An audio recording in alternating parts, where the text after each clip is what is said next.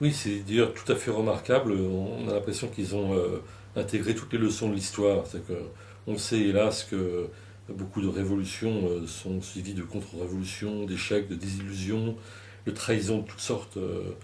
L'octobre russe a été finalement suivi par le goulag. La révolution iranienne contre le Shah, bah, c'est le régime de Khomeini. Et puis même la révolution française, c'est finalement la terreur et Thermidor.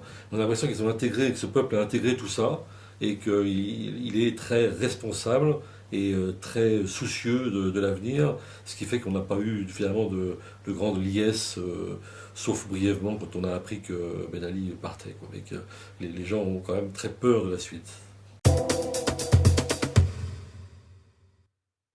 Bah, ce qui peut craindre, c'est que pour une raison ou pour une autre, la révolution n'allait pas jusqu'au bout du processus, c'est-à-dire qu'on n'allait pas finalement vers l'avènement d'une véritable démocratie, avec le pluralisme, l'expression de tous les courants, une forme de laïcité, mais qui respecte aussi les religieux, etc. Donc c'est ça, je crois, disons, le but dont on peut rêver, dont la population peut rêver. Alors ce qu'on peut craindre, c'est un coup de force de l'armée, par exemple, ou d'une faction de l'armée.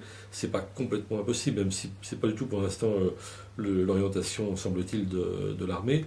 Mais on peut craindre aussi, et surtout, que des bénalistes alimentés plus ou moins par Kadhafi ou par des forces aussi extérieures sèment le chaos, produisent une peur dans la population, et qu'il y ait une partie, peut-être des couches moyennes, par exemple, de la population, qui se disent finalement, bah, on a plus perdu et on préférait l'ordre de l'ancien régime malgré les atteintes aux libertés, parce que l'économie en pâtit, etc., etc. Donc il peut y avoir un retournement d'une partie de la population si ceux qui le souhaitent finissent par semer le chaos, en effet.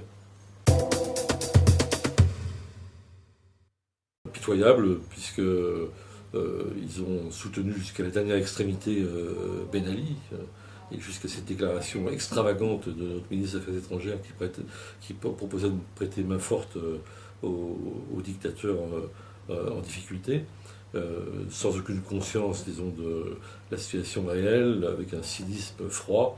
Euh, c'est vraiment une position tout à fait honteuse. On peut comparer d'ailleurs avec le discours de la diplomatie américaine, qui s'est plutôt bien tenu dans cette affaire.